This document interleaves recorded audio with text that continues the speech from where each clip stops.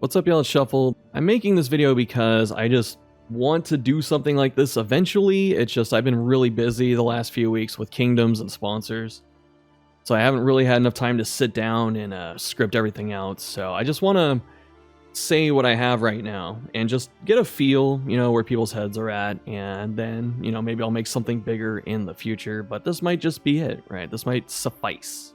The main topic of the video is going to be the game's balancing. The reason I'm talking about it is, for one, it's the most interesting thing of any game to me. I love mechanics, I love figuring stuff out, and, I played a lot of this game, so it's something I know very intuitively. I also want to talk about how we as a community talk about feedback and trying to differentiate between a veteran player and a brand new casual player, because there are some massive differences. And I think we can all do better in how we interact with that. The rest of it is just going to be me talking about every major point in terms of gameplay balancing that I have noticed. And I've been talking with, my community a little bit. I talk to Ranger a lot too. And I don't know what else to do right now in terms of just trying to help. So I'm just going to make this video and we'll see what happens. A quick rundown, I guess, if you want a table of contents. We're going to talk about new players, the altar, candles, some boss examples like Act 2, Ordainment Speed. There's a comma in between those, even though Ordainment Speed was something that was recent and got removed. Turn order, damage numbers, tokens, hero balance, enemy balance, driving, repair fights, animation speed ups, and finally there's just going to be a collective conclusion at the end. So we're going to talk about the long-term issues and kind of assess how it's going to affect the health of the game. The first thing I want to talk about, though, new players and veteran players. So when I see a lot of feedback, and I'm going to say this up front, I am not calling anyone specific out. I've gotten messages before where people think I'm calling them out. I don't go out of my way in my videos to pick on people. I don't think you do that with a platform like this. But I just want to talk about these things, all right? And so when I talk about new players and veteran players, a lot of us in the community at large, like DD my community, the other Discord, subreddit, and stuff like that, a lot of us are just plugged into this game. We play it a lot. We know a lot about it. We talk to each other. We talk to other people, that know about it, and we trade ideas. So a lot of us collectively know a lot.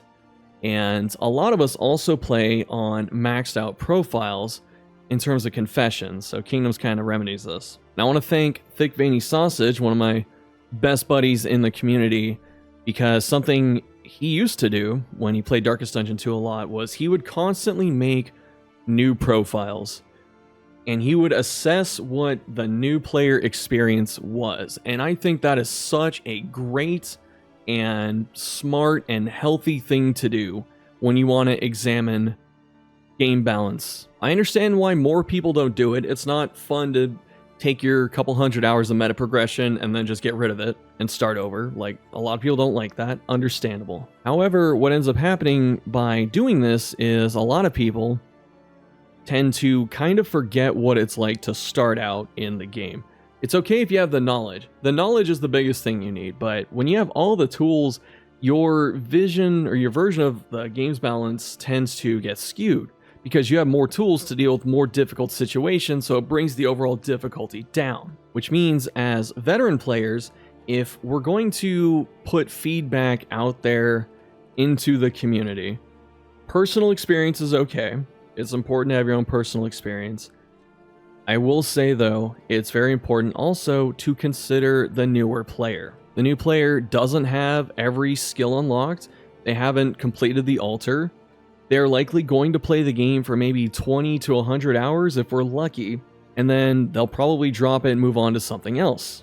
They may come back in a bit, with updates or DLC, but most of them are just going to be gone. The reason I want to focus on the new players a lot is because they are the biggest source of life in the community.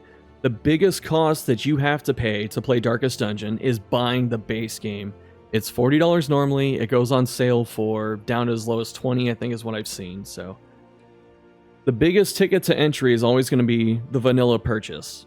The DLCs and stuff like that, those only sell if you enjoy the game, and they also don't add up to what the current price tag of the game is right now, which means that in the interest of Red Hook financially, and us as a community, we need to keep these new players enjoying themselves, and we need to not be jerks when they drop into the community server, and do our best to help them. Because if they stick around, they might buy DLC. It may seem weird or disingenuous to critique it that way, but I don't want to stand in the way of new players having fun. I want them to have the best experience possible. The reason I'm framing it this way is because I think that is going to be the best way to get my point across to all the veteran players and whoever else is watching that knows what's up. So it is your financial incentive to make the game fun for everyone, but also the new players specifically.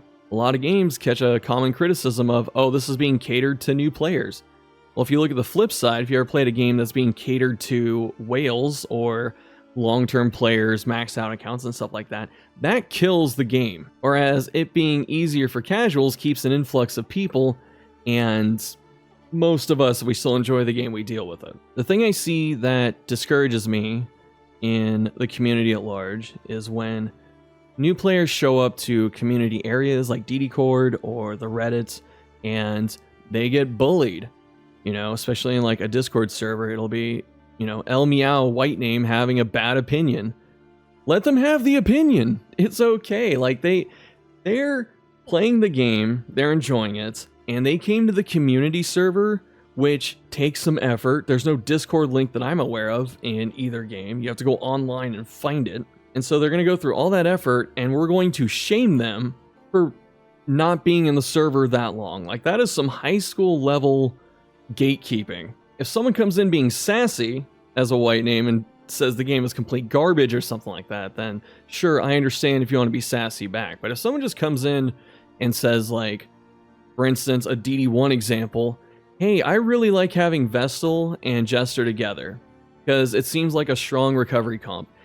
And the response is to go, Gestal sucks, use Plague Doctor, learn to stun enemies, get speed and accuracy. That's not what they asked. They wanted to know more fun things to do with their favorite pair of characters. And saying you need to swap them out, learn to stall, you know, learn all these other mechanics that they don't need to learn, don't want to learn, in order to enjoy the game, is wrong. Likewise for anything in Darkest Dungeon 2. I don't think Survivor is a good path on Runaway, but if someone comes in and says it's their favorite path and they like running it, I say that's great. I don't stand in their way. If they ask Survivor's good, I'll say it has issues, it's not our best path. But just shaming people or whatever, being white names or just not having good takes, like it's not good. It's not a healthy community look. The other thing with this is that a lot of the times us veteran players, we give the new player advice from our vantage point, where we have the knowledge, we have the maxed out profile. A really good example is the recent Act 2 change. The Act 2 boss got gutted. It's much easier than it was, and the reason for this is because it was a huge roadblock for new players, I'm assuming. I don't know the exact reasoning, of course, but just to cover my bases here, that's my assumption. As a streamer and content creator, that's what I've seen the most as well. I get the most questions on how to beat Act 2. It used to be Act 3, now it's Act 2. Myself included, I've done this, a lot of other people have done this, right? So it's not like I'm not willing to call myself out here, but I'll say things like, you know, if you're going to do Act 2 and you need something to beat it, you know, how do I do it? You know, if they ask me that, I'll say, oh, get Ravager Hellion, Sharpshot Highwayman, you know, just something with a lot of range damage. If someone's just hyper optimizing, then yes, this is acceptable, I guess, to say. But, you know, if people, again, are saying that they like this character, this team, you know, how can they do it with this? Because it could be the same thing as my Darkest Dungeon 1 example. They could say, hey, I like running pretty much a bunch of frontline characters. I like playing Leper and Man-at-Arms and, you know, Surgeon Plague Doctor. And people are like, you know what? You need some range damage. Does that mean that the player's bad? That they unlock things in a bad order? Because that would feel really bad to know that you're setting your account progress back by not unlocking things in the correct order. This is very akin to a mobile gacha game where people say reset your account until your first 10 pull gives you the best unit in the game. If this is going to be our primary response to a situation, is to say, go get these paths, go farm this many candles, go do this, instead of being able to work with whatever they have available, then that shows that the game, or this example, is not balanced well enough. Which means that if we're doing something in terms of balancing, like making Act 2 a lot weaker, that's overall a healthy move for the game. Yes, if you know how to play it, if you always bring your super range damage units to that fight, you're going to steamroll it even harder. However, the person that is new to the game, they have 10 hours in it, they have a couple unlocks and a couple skills on their characters, it's easier for them. It's still going to be challenging. You still have to know what the boss does. It's still dangerous, but they're not going to smash their head against the wall for 40 hours until they unlock all the meta stuff to beat it. There are a lot of examples like this just throughout the game. I'm speaking on Act 2 just because it's the most recent. I think that's the one that's going to click with most people because that's just what we know. You know, that was only like a month ago. The altar itself, since we're on the topic, is possibly in need of some tweaking. It's a good system. It's much better than the original system. If you play at the start of Early Access, that system was abysmal, but it was also kind of a placeholder. And the altar overall is pretty good. There's some things that need to change though, like the Infernal Flames should not even have a track, right? Because that's 300 candles you sink in and you get nothing back. You can have it as a track, but at least warn the player or make them get a bunch of other stuff before they can do that, because all the Infernal Flames do is make the game harder and give you nothing in return. They used to give you bonus candles. They don't even do that anymore. So what I'm saying here is there are a lot of pitfalls that a new player can sink candles into and not know that they are bad decisions until much later. And that is going to set them back hours. Some people are okay with the struggle. They'll do the grind, and that's commendable. I am one of those types of people. But there are a lot of people that don't have that time.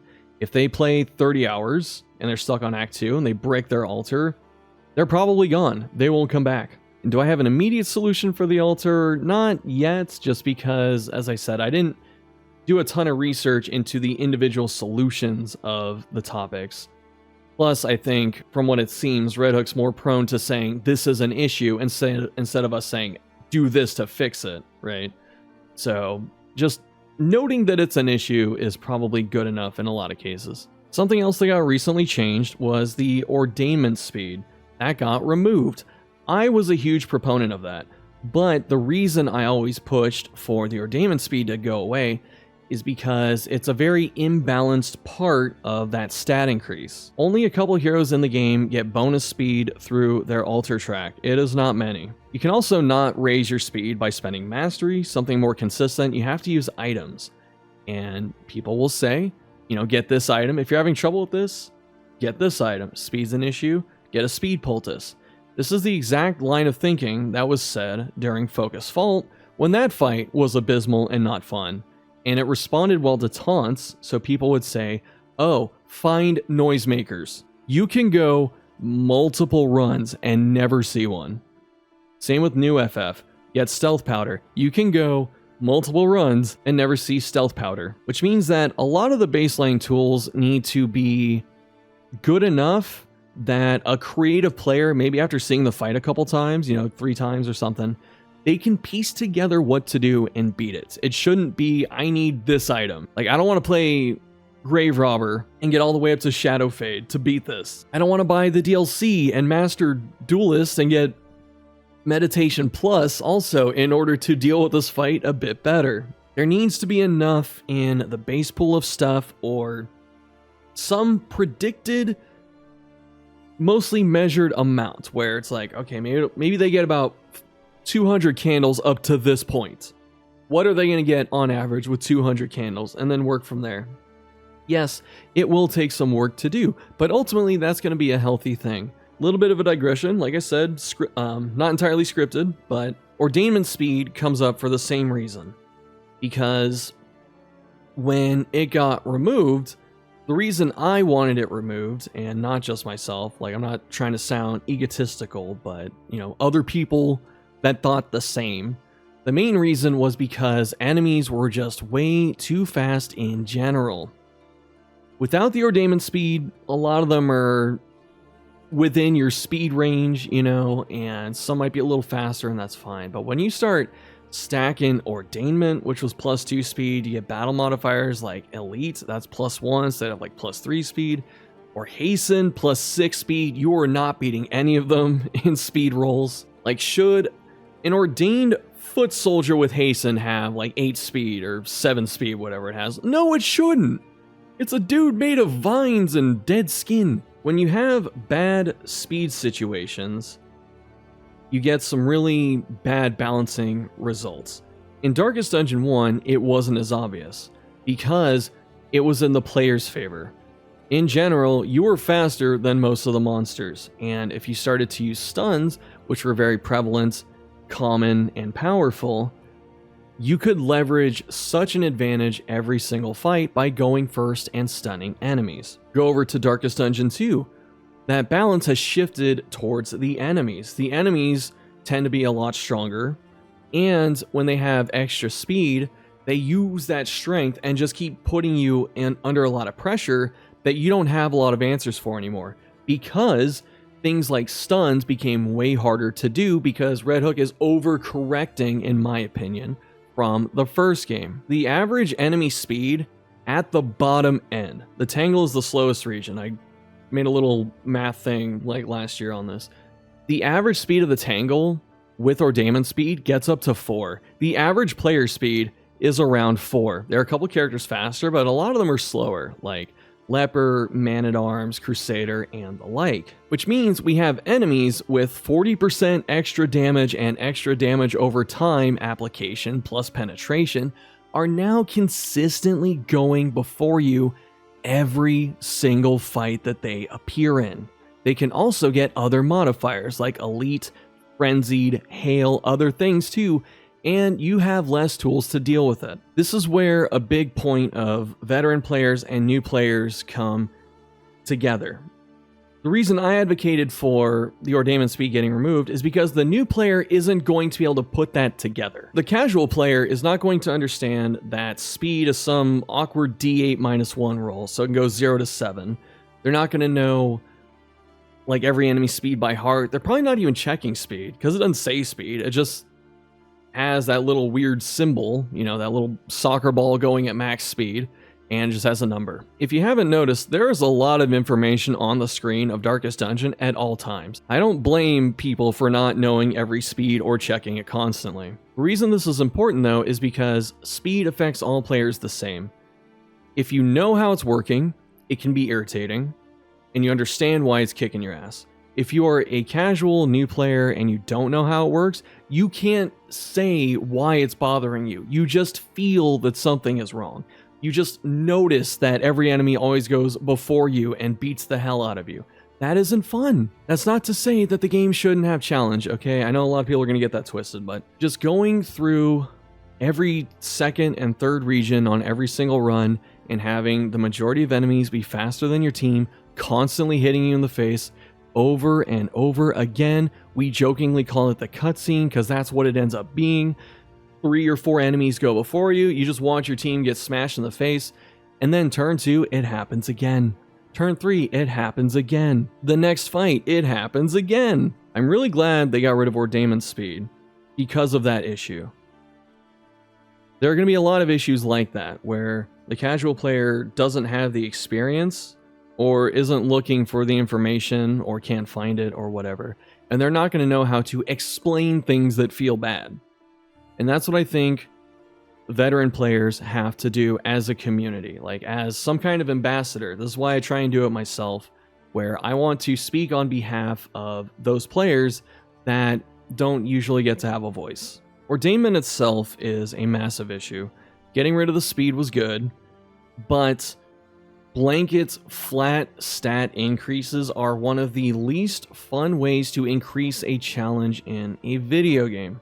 At the time Ordainment was introduced, it was okay because we needed it. We needed something to make the game harder because all the difficulty was in Region 1 instead of Region 3. I'm not even necessarily opposed to enemies having just more damage or life or whatever in higher levels or like higher threat levels, you know, to fill in for Ordainment, just because the regular just static base stats like plus 20%, plus 40% damage or whatever, you don't interact with that.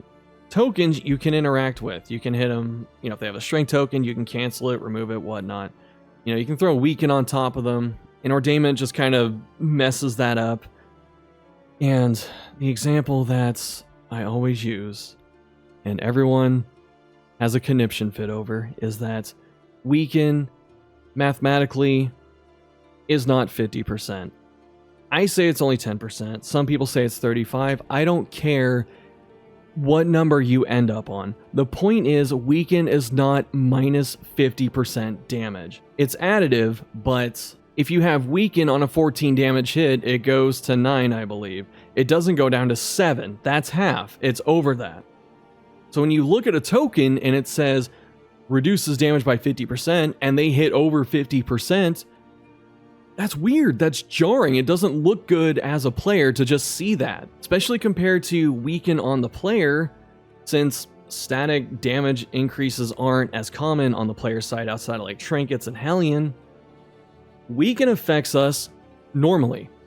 Block affects everyone normally, right? That's multiplicative at the end of the equation, the mathematical equation. So if your parenthesis, your PEMDAS, and then outside of it, it says times, or x or whatever, 0.5. Whereas when you have it as an additive property, there's everything and it's like 0.5 in the middle of that and it's a plus or minus. And so I don't care if you agree with me that it's not 10%. If you want to say it's 35%, I think what we can agree on is it's not 50. And that is something that should not be. If there were less just blanket stat increases like plus 40% damage on Ordainment, that means weaken would not only function, you know, a bit better, but you could interact with more stuff. I had this as a point later, but what I'm going to say is that just having flat stats in a game where you have tokens, you specifically moved from a stat system in DD1, crunched all of it into tokens for the most part, and then put the tokens in the game. Use those. I've talked about this before, and a common response is, well, we're worried about token bloat. I don't mean like we as in like a dev. I just mean like in general, people go, well, there's gonna be token bloat. There's gonna be tokens floating around everywhere. You know what's harder to see than a token? It's the little gold arrow or the blue arrow on the side of your bar that you have to mouse over, and it can flashbang you with a whole list of stuff. Or it's a little Ordainment icon that you have to use the academic view. Again, most players aren't going to hit that button to see what it's doing. This is why these things should just be tokens. Yes, it's a little bit of extra work, but they're more interactive. They're easier to follow. They're easier to understand. So when I say that Ordainment needs to be changed or just gotten rid of, I don't mean that enemies don't need to scale. I mean, we need to have a different system or a better system in place. It's not as black and white as people pretend. And the reason all this was an issue with previous Ordainment Speed is because all of that gets leveraged against you. Enemies that are faster than you hit way harder than they did like an hour ago, and their damage over time effects are stronger and more likely to stick. You keep getting hit by these in a game series historically that has had limited recovery options. The reason people stalled in Darkest Dungeon 1 wasn't because it was a fun strategy, it's because in terms of balance, enemies outpace the damage or your healing with their damage. They outpace your stress healing with their damage. So you are not supposed to keep up with it, which is why stalling became so prevalent. In Darkest Dungeon 2, we still have that same issue, except now we don't have as many easy access to stuns as we did before, and damage is just honestly out of control. I'm going to talk about this a little more later, but damage is just so high in this game that when the enemy, you know, is faster or used to be faster, the enemy's putting out so much damage, and then your heal has a 33% threshold? Your dot clear has a 1-turn cooldown? Like, no, that's just such a... It's just so bad. I was gonna say not good. I'm not trying to mince my words, but It's just not good. I think it's at this point in the video when I say that one of the things I love most about Red Hook is that I can speak my mind, or anyone can speak their mind, and they won't take it personally. From what I know, the people at Red Hook are functioning adults, and they can take criticism. Just have to word it nicely, you know, don't be a dick, but you can say something's not fun, and they'll probably look into it. The other thing too is, before we go, you know, shooting at messengers trying to point out games issues, because this is something that's also happened, we need to look at the other things surrounding the game, like Steam. The player count is not great. It perks up every time there's a big update, thankfully, and we have a lot of console players and stuff, which is great, but it dips down over time. The game doesn't hold people as much as it used to. And given the choice, I think people would rather hear someone say, hey, this isn't fun, like, can we change this? Can we get rid of this? Can we do something about this? It's not fun, right? It just isn't working. It's a mechanic that's not working. Can we deal with it? It's more healthy to say that out loud in public space with each other than it is to not talk about it, have the casual player get frustrated, and they leave a negative Steam review. This is primarily why I'm making this video. If the game's balance and health were in better shape, the reviews and the player count would likely trend higher. All that to wrap back to the point where speed is an issue. I'm glad it's getting addressed. I don't mind if some enemies are faster than me. I actually am totally okay with it. Not every enemy should be faster than my whole team after playing for an hour and a half. That just should not be. Your recovery tools are even weaker in this game than they were in DD1. You can't stall as much. Stunning is way harder. Dazing is kind of a meme in some cases. Weaken doesn't do the full 50%. So you just have enemies that just beat your face in for hours. What I mean with damage too is that damage is just simply out of control. A lot of enemies in terms of their base stats are actually not too egregious. When you start throwing the Ordainment buffs on top of them, that's when it gets kind of nutty. For instance, a Docker that can swing into your team, you know, in the Shroud, and hit them for like 24 non-crit. Some enemies are going to hit hard, that's totally fine. We're doing this in a zone where the fog can put vulnerable on people randomly. So you can just one-tap people. And even then, the occasional one-tap isn't that bad. It's tense. I always make fun of using that word, but it is tense. It can be fun. It breaks you out of whatever mental strategy you had going on. You have to like address something. That's totally fine.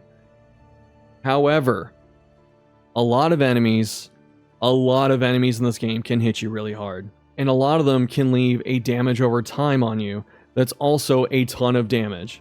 I'll say up front that damage over time in this game just needs to be reworked top to bottom. You can take 1 or 2 points off of every single damage over time move in the entire game, and I honestly think it would be a net positive. I'm going to read you something, and if I remember, I'll put it on screen while I'm editing, and that is the Tribe Caller. The Shaman from Kingdoms has a super attack after it's gotten 3 enrage tokens called Violent Skies. Violent Skies hits for 4 to 8 damage. This can get boosted by 40%. That already hits pretty hard. It can also, at any level, any escalation, put an 18 damage blight on 2 people. And it's a guaranteed stress. This move is already overtuned in terms of the blight amount, because we have a move that does, even before any damage modifiers, 6 on-hit damage on average, plus an 18-point blight. It hits 2 people for 24 damage from a support unit. What I'll say though in Tribe Caller's defense is that you can tell when it's coming. It can only use it from a certain spot on the enemy field. It can only use it when it's berserk. So you can sit there and count the enraged tokens. You can plan around it. If you're very well prepared, you can pull it up so it doesn't do that and uses a different attack. You can stun it if you have access to that. And you can set up the combo and the stun ahead of time. So there's actually some stuff you can do to this. So even though I think it's a bit too much damage, it actually doesn't upset me that much. Compare this to a normal enemy. Lady from the Fetter has an attack called Be Our Guest. You can use it from the back row. Does 2 to 3 damage, not 4 to 8, thankfully. But it does a 4-point blight. It hits 2 people, it has no cooldown, and it has a 75% chance of doing stress.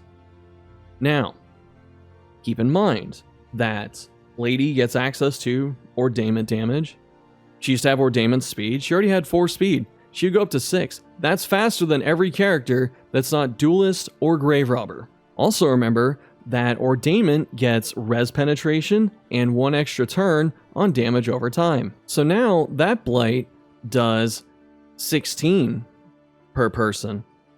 So now we had a move that was on Tribe Caller that would pop up every like 2 or 3 turns depending, and it would do on average maybe like 24 damage to you with no res penetration.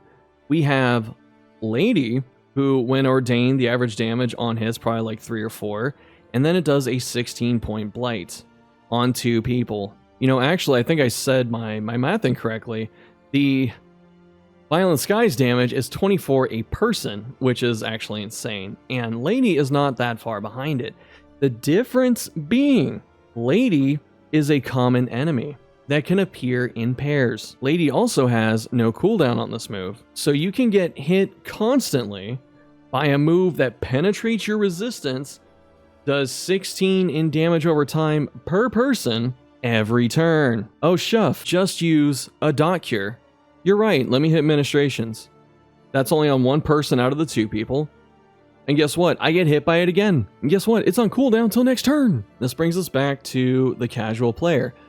They're not going to quite know exactly what's happening with someone like Lady. They're just going to look and go, man, I am taking a ton of damage from this unit.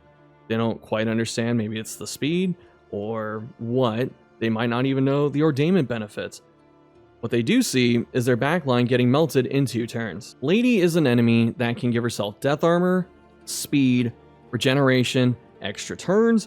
She can use a ability to eat corpses and heal herself. She can also set up a super move that hits your entire team, does blight, and a chance for 2 stress. Guaranteed 1, chance for 2.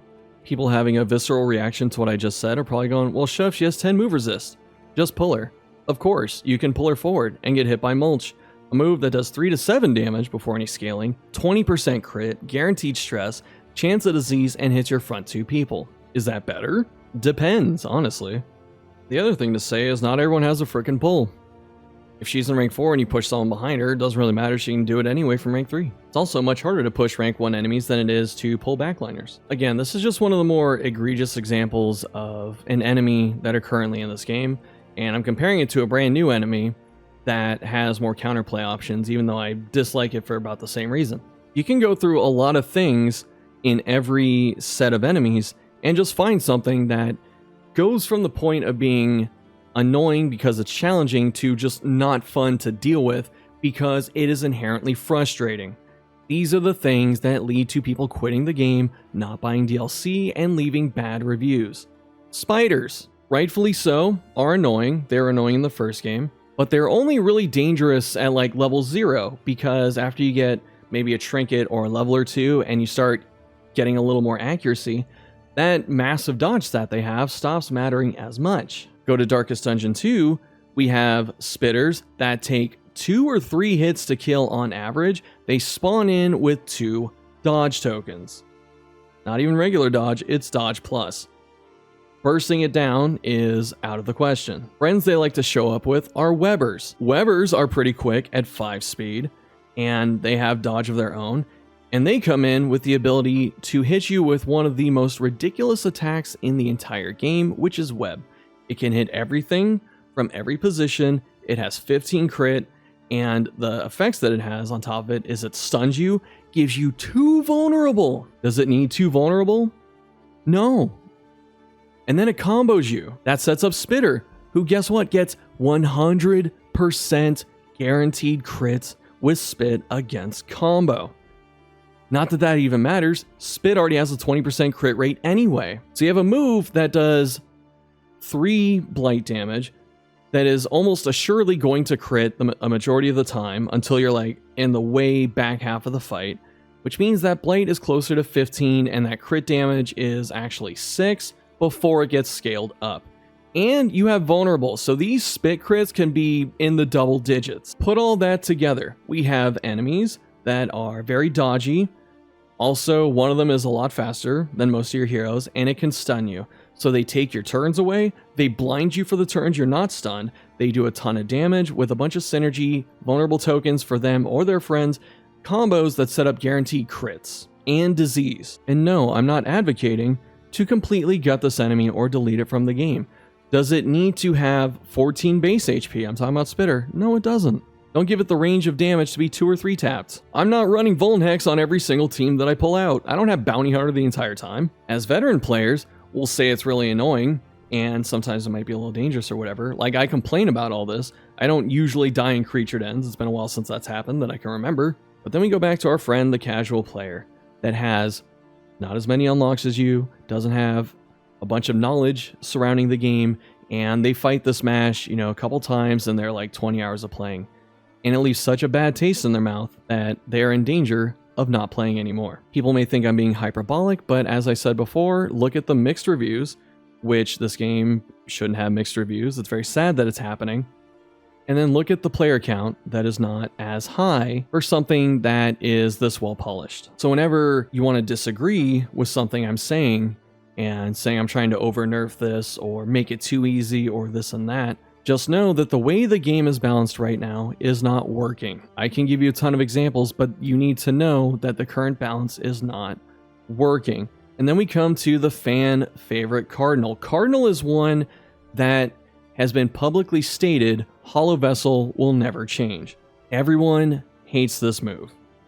Some people may think like, oh yeah, I hate it, but it's not enough for me to, you know, mauled out, or it doesn't sour my enjoyment of the game. Fair. A lot of people, especially the casual player, don't like it. You get hit by a move that has no cooldown, does a ton of stress and a lot of damage over time, and it can use it from any position on the map.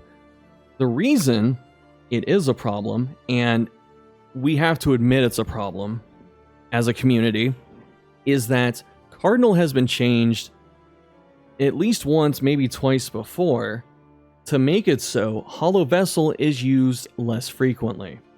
Example being Entropic Star. The thing is, however, when looking at Cardinal, Entropic Star has a cooldown. It can only use it from the back rank. Yawning Void, the other attack it has, which is very dangerous, we're giving an enemy that can stress bomb someone that hard every turn if it chooses to, a Shambler attack where it shuffles your entire party and you have to fix them. Both Entropic Star and Yawning Void have cooldowns. What's it going to do when it's not in the back or Yawning Void's on cooldown? It's going to spam Hollow Vessel. You can't kill Cardinal first in these matches. It has a ton of HP, and it tends to be with friends that give it worship tokens and cure all of its ailments anyway. So instead of changing how Entropic Star works or this and that work on the enemy, just make Hollow Vessel less frustrating. They don't even have to do much. Make it do 2 stress. It doesn't need to do 3. Something that can melt you down in 2 or 3 hits should not have a 0 cooldown. This all ties back into hero balance. A lot of us that have been around for a while have just been wanting it because, you know, we started getting updates for different heroes, and, you know, they usually do a pretty good job, and the hero retweaks feel really good. What we're seeing, though, is that heroes should have been balanced first, because for some reason or other, there are always enemy balances and tweaks getting thrown in to various sections of the game, but we can't find time to smash out the last couple heroes and fix them. Now, let's back up and go through history, all the way back to 2021. The humble origins of Darkest Dungeon. In 2022 is when we got paths. These are things that altered a bit of how heroes play, and the early paths were just mostly flat stat increases or adjustments. This was a decent placeholder for something to come in the future, like the reworks that we're getting now, and I think it's another proof positive of flat stat increases not being fun to do, and in a lot of times not good in terms of balancing the game. Look at Sharp Shot. Sharp Shot was plus damage, plus speed, and that was it, and it was so egregious and powerful that everyone kind of agreed on it. You know, there are some people that didn't want to run Sharp Shot. You got memed on if you ran Sharp Shot, but overall everyone agreed that having paths that give plus minus stats is not only not fun, but just not healthy for the game. Which raises the next question. Why does Ordainment still have it? Sure, it'll take time to rebalance and fix and all that, and I understand it, but this game has been in the wild for almost 3.5, 4 years? 3.5, right? And when you think about when the dev cycle started, I believe something was mentioned about 2020. We have some heroes still that are operating out of 2020, or 2021 if you want to be really nice. A couple of the remaining ones are Plague Doctor, largely unchanged over the years, got paths, everyone knows Alchemist is broken, everyone wants it changed, but it's still here. Leper's another one. Leper's a little more tragic, because Leper is not only a fan favorite, but a lot of the changes that would help fix this character aren't even that difficult to do. Leper has 20 base move resist and 30 with the altar upgrade. Why does the largest, strongest, most or a character with heavy armor anyway, with a giant sword that is still so powerful, like he's so strong he can swing a blunt, broken sword and do a ton of damage.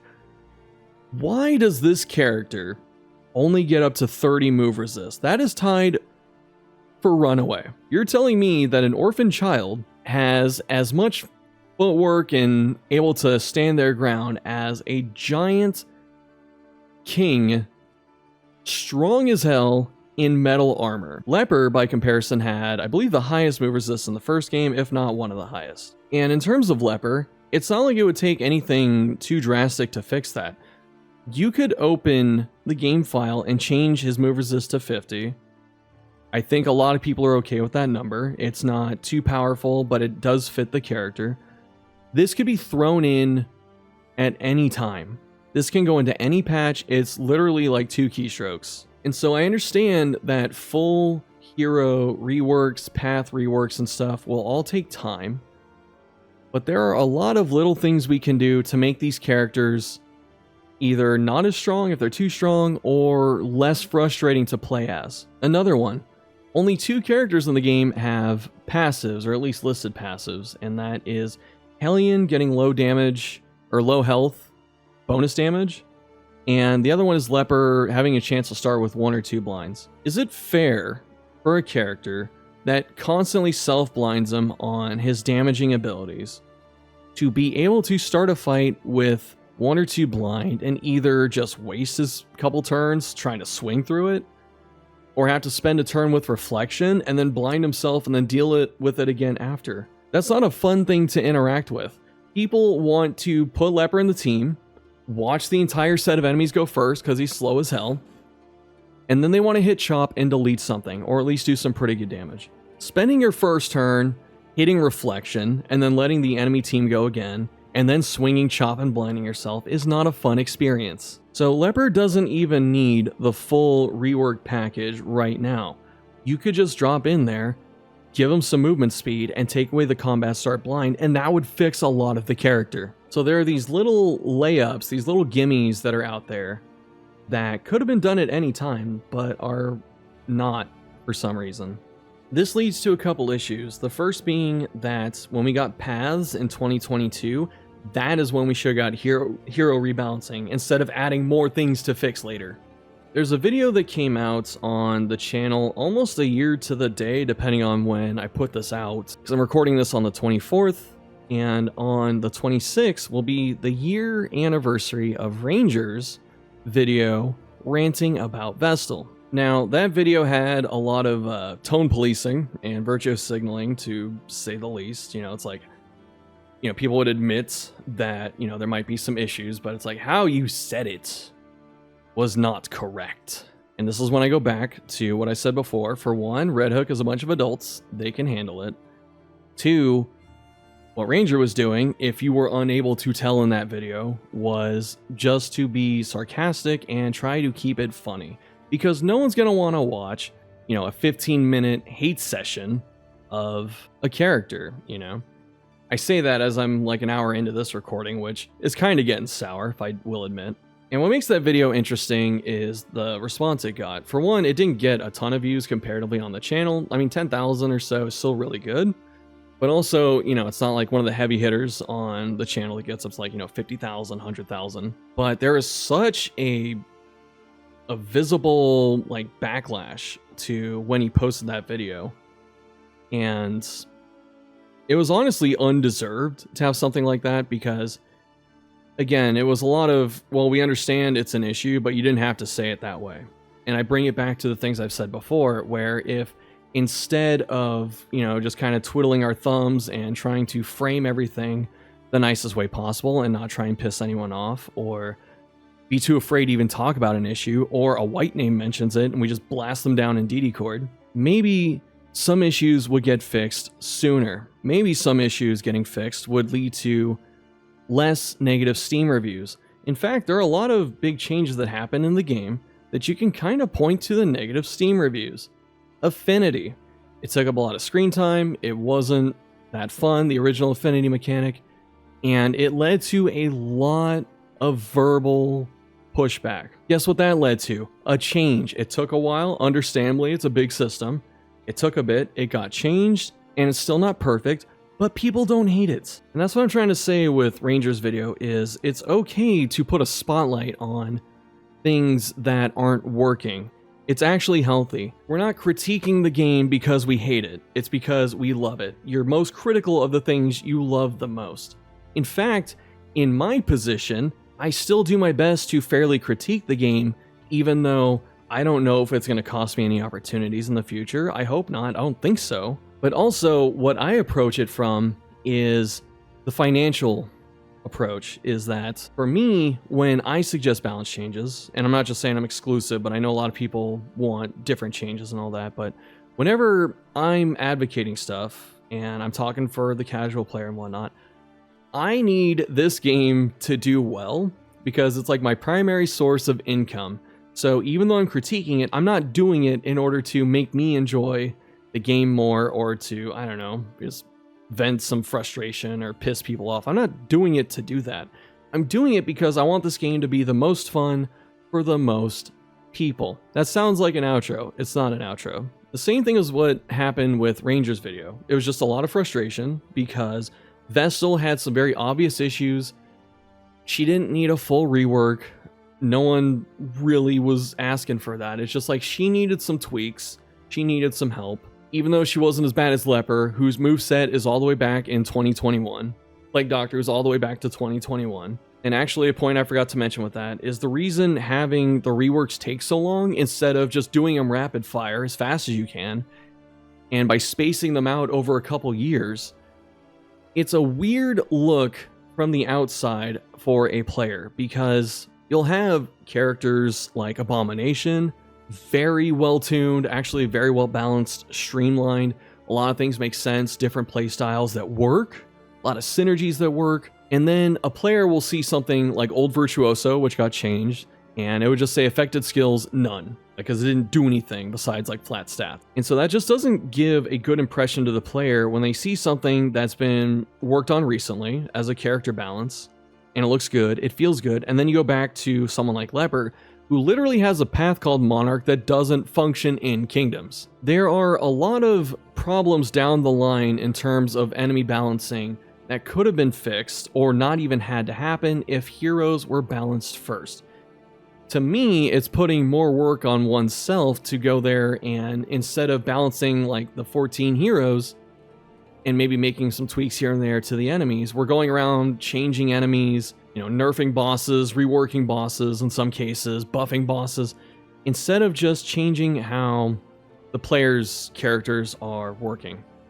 Because the thing is, especially when you play Confessions, you play with your characters for the next 3 to 5 hours. You may never go to the Sprawl to fight Buff Librarian, that run. You may never go again if you're not in denial. So instead of, changing something like that, it seems like it would be a better choice to go and balance the heroes instead. And people can go, well, Chef, I may not pick Leper, and that's fine, but you have to understand, thousands of players, only 14 heroes, well, 15 now, but, BH is a special case. People are going to play Leper.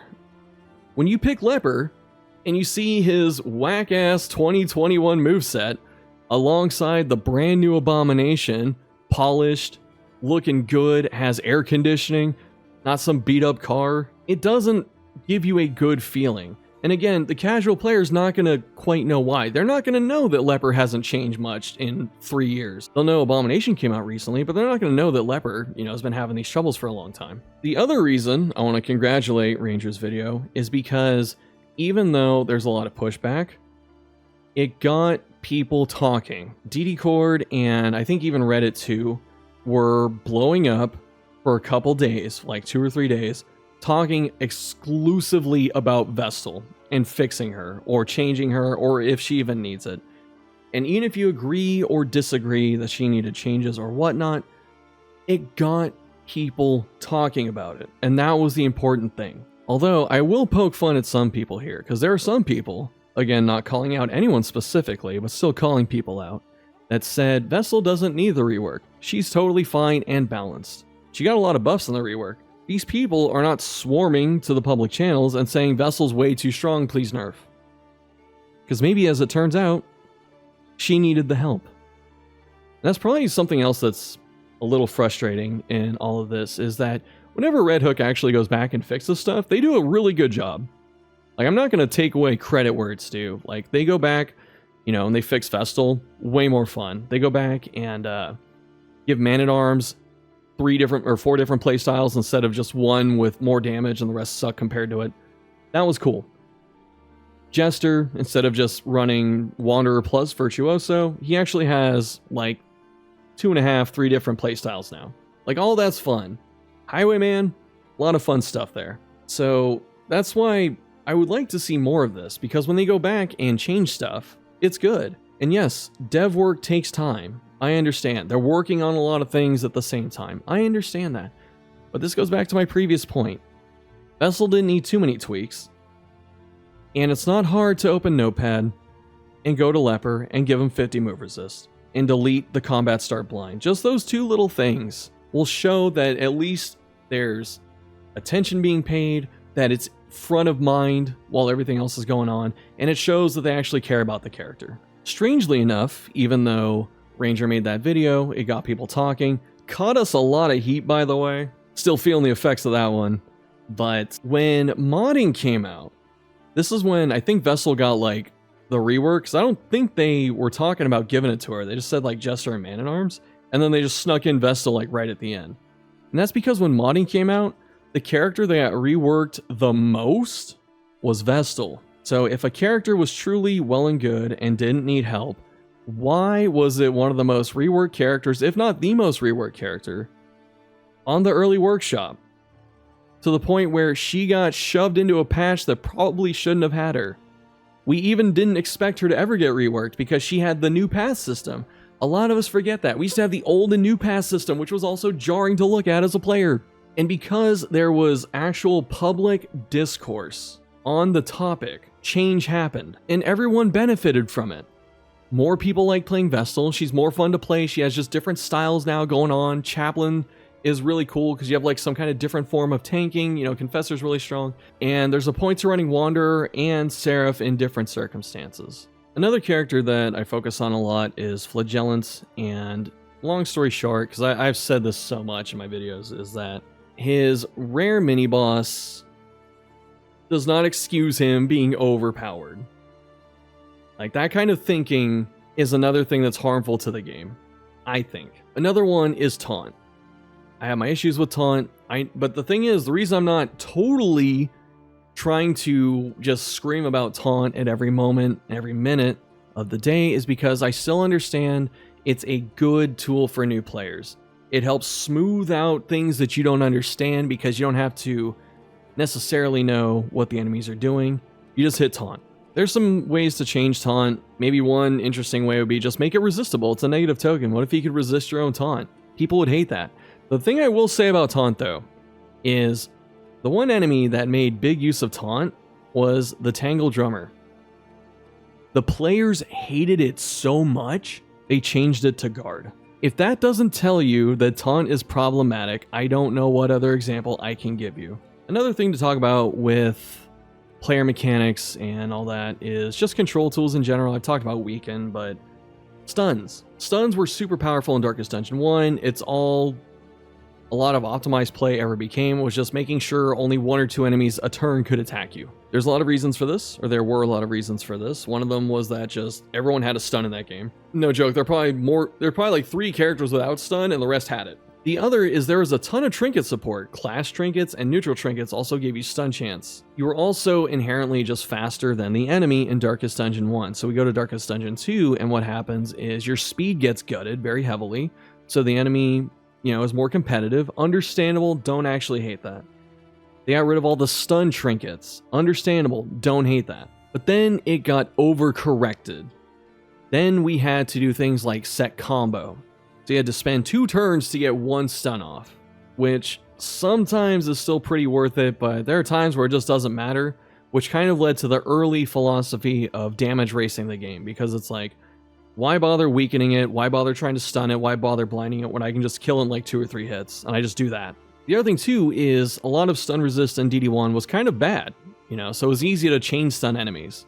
And then you go to DD2, a lot of enemies have much better stun resist. Now we have a system where the enemies have competitive speed, you have to do a combo and then stun them, and that was so ass that almost no one did it consistently. Red Hook, to their credit, is starting to walk this back. We're starting to see stuns that don't need combos or they trigger different ways. To show them not being a total doomer, I want to give Red Hook some credit. In Kingdoms, I think they got stunning and the need to stun actually perfect. The Beastmen enemies ramp up their enrage. You can see how they do it. You can count when they're doing it, so you can plan around it. And it's very hard for them to berserk on turn 1.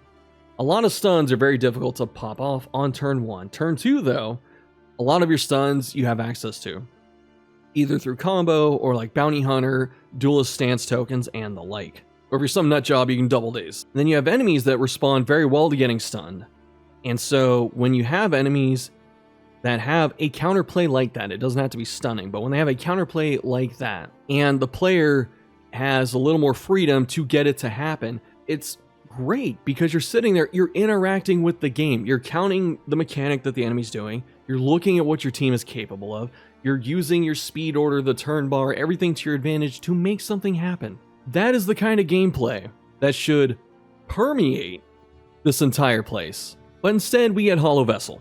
Another thing with enemy balance that's kind of frustrating and, a bit out of whack is that there are just way too many moves that cleave you, as in AoE, hit a bunch of people in this game, and it's often used as like a punishment for failing a mechanic. I've said this before in another video, but I will recap it a little bit. For instance, Librarian, you don't kill him fast enough, enrages, hits your team over and over, the entire team. General, don't do the mechanic properly, your team gets locked down, and then they get AoE'd. So there are a lot of examples, and I'm not going to spoil the act bosses that much for it, but some of the act bosses the same thing, where you fail the mechanic, your team gets blasted. And that thing is okay to have from time to time. But when you have enemies that can, cleave your team for like 20 because you screwed up or something. Another thing worth talking about, I'm actually not that unhappy with how driving works, but a lot of players are, so here we're going to advocate for the common player. A lot of people don't like the driving.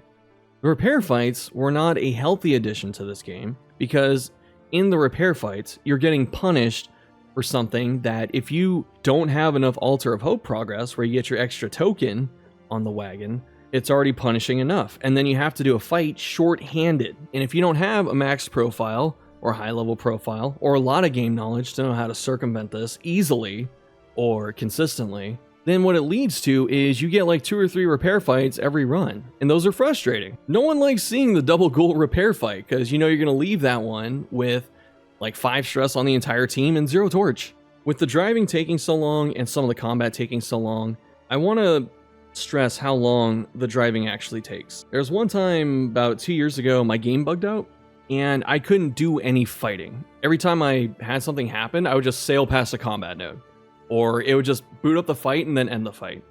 So I just drove to the mountain from start to finish. That took about 40 minutes, which means your run of 3 hours or 4 hours or whatever, you're spending about 30 to 40 minutes driving it. This doesn't mean that this has always been good, because if you look back at Darkest Dungeon 1, one of the most downloaded mods for every mod portfolio were speed mods, because walking was slow AF. Combat animations were slow AF. This leads to the need for a speed up option. If you put in editor preferences into your game, you can actually turn on speed up options. So it's in the game, they're there. The only thing that's not there is there's no toggle in the base menu that you can do to turn speed up. And that's unfortunate because yes, we all love the art and presentation.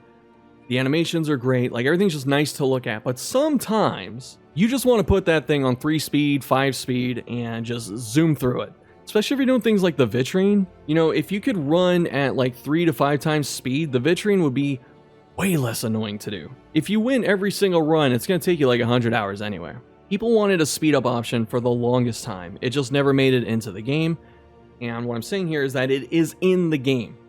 They just need to turn it on. And I don't know why, at this point, we don't have access to that. I played a lot of other games just like Darkest Dungeon, like Aratus.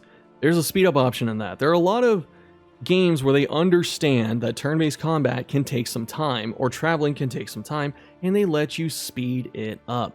So this is it for my soapbox rants, whatever you want to call it. It did take a while. If you made it this far, I appreciate it. Like I said, it's not something that's being like heavily edited and whatnot, but if there's ever a topic to talk more about that, if you did listen to all of it or part of it and you want to hear that, then let me know. I'll definitely put in the research. I'll make something more comprehensive. And I'm going to say again, I bring this up not because I have any like hatred or anything like that towards the game. I love the game with all my heart. I love most of the community. I love my community. They're all great people. I love Red Hook. They're all fantastic people. Every time I talk to them, either casually or business and whatnot, it's just always such a pleasant experience. And I thank them for that. And I thank them for having skin thick enough to let me do this and hopefully not close any doors. The reason I'm bringing this up is because the game has had long-term health issues, and it will continue to have those long-term health issues if there isn't some focus paid back to making the moment-to-moment gameplay more fun to deal with. Combat. You spend most of the game fighting enemies. You spend most of the game, almost the entire part of whatever you're doing in the game, using your specific team. If they don't feel good, if they're not optimized or modernized, and if some archaic systems are in place like Ordainment Speed, it leads to a lot of bad feelings. Again, a lot of the casual players probably don't know exactly what it is, they can't articulate it, but they know it feels bad. And instead of going to Reddit or something to argue about it, they're just gonna leave. They're not gonna deal with the feedback, they're not gonna deal with the community, they're just going to not play the game, never buy the DLC, and give it a thumbs down on Steam.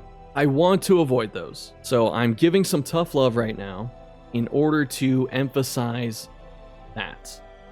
Love it or hate it, disagree with me all you want, that's fine, that's healthy. I welcome disagreements. Again, I'm an adult, I can handle it. However, if you come at me with some tone policing and virtue signaling, I'm not going to give you the time of day, or I may give you some snark. That's it for this. Love each other. Hug the people special in your life. Thanks for watching, and I'll see you later.